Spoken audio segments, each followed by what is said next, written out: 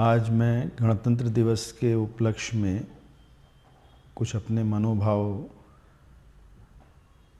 सबको समर्पित करना चाहता हूँ। जीवन में हम हमेशा से आज़ादी की कामना करते हैं।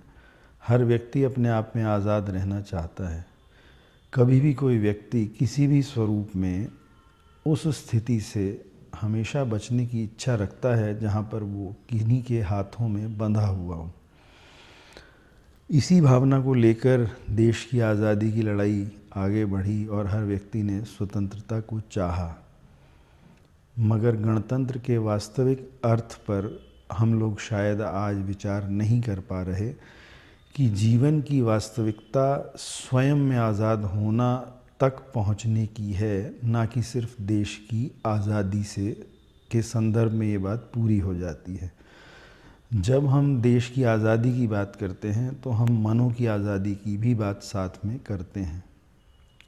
गणतंत्र का अर्थ है किसी एक शासक के अधीन न रहना और सब लोगों का आधिपत्य होना।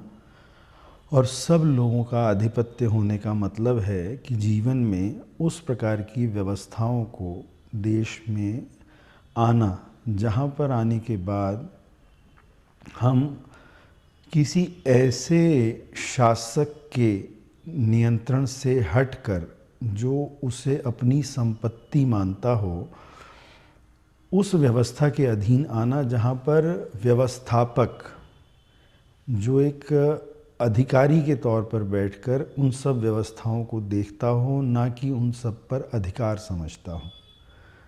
आज जो स्थिति समाज में इस वक्त हम अपने देश की बात कर रहे हैं बन चुकी है, उसमें एक व्यवहार स्पष्ट रूप से सामने आ रहा है कि हम जब भी किसी उस स्थिति में आते हैं जहाँ पर हमें वो सेवा का अवसर मिलता है तो हम उसका अधिकार समझने लगते हैं, या अधिकार ना भी समझें तो उसका अहंकार तो हमारे मन में आता ही है।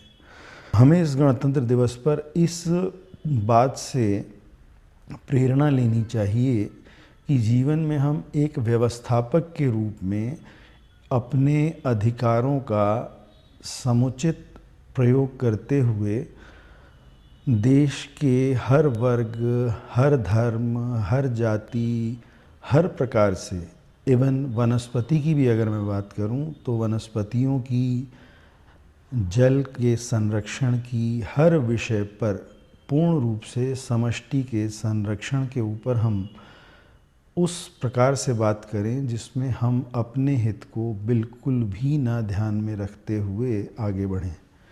जितनी भी व्यवस्थाएं हैं प्रशासनिक स्वरूप में अगर हम बात करें तो हमें दिया जाने वाले सारे धन से संबंधित या वो व्यवस्थाएं जो हमें रहने के लिए गाड़ियों के स्वरूप में और सब प्रकार से मिलती है, जिसमें फ़्लाइट के, बिज़नेस क्लास और सब सफ़र करने को मिलते हैं, उनका मूल कारण ये है कि हम अपनी व्यवस्थाओं को भूलकर सिर्फ देश के लिए या अपनी उस जिस भी कार्य के लिए हमें अधिकृत किया गया है सिर्फ उस पर ध्यान दें। इस विषय को इस प्रकार से समझने की आवश्यकता इसलिए है कि आज के पर्यवेक्षण में स्थितियां बदल रही हैं।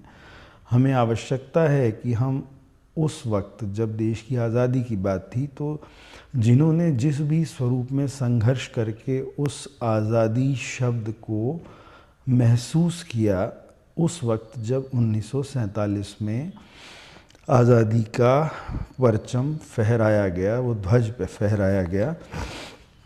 मगर आज जब हम गणतंत्र दिवस की बात करते हैं तो वो अपने आप को बांधने के लिए था। वो थी आज़ादी और गणतंत्र दिवस था बांधने का दिवस। हम उस व्यवस्था में बंधे जहाँ पर हम उस पहले के आंदोलनों और विभिन्न प्रकार के व्यवहारों से अलग हटकर, जहाँ पर सब प्रकार के व्यवहार हुए पहले किसी भी कारण से, जो भी उस वक्त की व्यवस्थाएं थी, उन सब से हटकर अपने आप को बांधें और उस प्रकार से जीवन के विकास की कल्पना की गई कि हम सब पूरे समाज को लेकर आगे बढ़ें। वो गति बढ़ते हुए हम आज यहाँ तक हैं, मगर इस गति को आज और अधिक बढ़ाने की आवश्यकता है। जब हम उस समय के उन सारे विषयों को लगभग पार कर चुके हैं, तो आज विकास की ओर हमारा ध्यान होना चाहिए और हमें किस प्रकार के विकास की आवश्यकता है, इसके ऊपर ज़रूर हमें विचार करना होगा। आज हमें जिस प्रकार के विकास की आवश्यकता है, उसको हम सामान्य जन की दृष्टि से अगर देखकर समझने का प्रयास करें तो वो बेहतर होगा। आज सब मूलभूत आवश्यकता हम कहते हैं मेडिकल, मूलभूत आवश्यकता हम कहते हैं शिक्षा, मूलभूत आवश्यकता हम कहते हैं विभिन्न प्रकार के व्यवहार। हम इंफ्रास्ट्रक्चर की भी बात करते हैं। पिछले कुछ वर्षों में इंफ्रास्ट्रक्चर में बहुत अच्छी तब्दीलियां बहुत तेज़ी से होती हुई नज़र आ रही हैं, जिससे हर व्यक्ति के मन को सुख मिलता है। जब भी कोई व्यक्ति आज कहीं पर ट्रैवल करता है तो उसको उसके अंदर से ये प्रसन्न भाव निकल के आता है। ये विचार क्या प्रस्तुत करता है कि जब भी कोई व्यवस्था सुचारू और अच्छे स्वरूप में प्रस्तुत की जाती है तो किस प्रकार के मनोभाव होते हैं। वो मन जब प्रसन्न होते हैं तो उसका सीधा लाभ उस व्यक्ति को मिलता है जो उन भावनाओं का प्रेरक होता है, जिसने उन भावनाओं को यानी उस सारे डेवलपमेंट को आगे बढ़ाने में अपना प्रथम विचार प्रस्तुत किया होता है। आज हम जिस स्थिति में हैं उसमें सबसे अधिक आवश्यकता ये है कि हमारे सामान्य व्यवहारों में मन के अंदर जो इरिटेशन शब्द है, वो इरिटेशन जो पैदा होती है वो उसकी कम से कम वो हो सके, इसके लिए व्यवहार बनना चाहिए। जब से ये हाईवे बने, ट्रैफिक में फंसे हुए लोगों को जिस प्रकार का कष्ट होते हुए हमने देखा और स्वयं भी महसूस किया, वो कष्ट हर व्यक्ति के लिए उसके मन की स्थिति के हिसाब से अलग अलग था। कुछ व्यक्ति एब्यूज़ करते हुए भी नज़र आते हैं, कुछ व्यक्ति बहुत परेशान नज़र आते हैं, कुछ गाड़ी से उतर के दाएं बाएं भागते हुए नज़र आते हैं ट्रैफिक में फंसे हुए। तो इन सब व्यवस्थाओं के शांत होने से मनों की स्थिति में कितनी शांति है वो हम अनुभव कर सकते हैं हाईवे के ऊपर ट्रैवल करते हुए।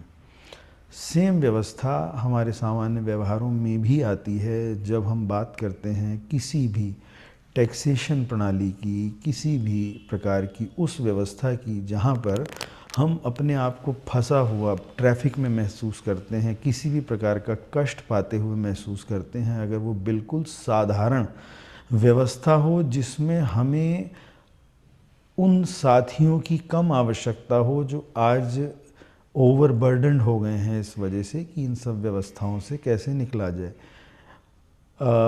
इन सब व्यवहारों को भी ध्यान में रखना होगा। साथ में आज हॉस्पिटल्स के अंदर लगती हुई लंबी लाइंस ये बता रही हैं कि या तो अधिक हॉस्पिटल बनाए जाएं या बीमारियों को उनके पैदा होने वाले स्थान से नियंत्रित किया जाए। इस विषय में भी हमें ज़रूर विचार करना चाहिए और ये संभव है कि हम इनको पैदा होने वाले स्थान पर ही रोकने का प्रयास करें अपने खान पान और सब चीज़ों के हिसाब से।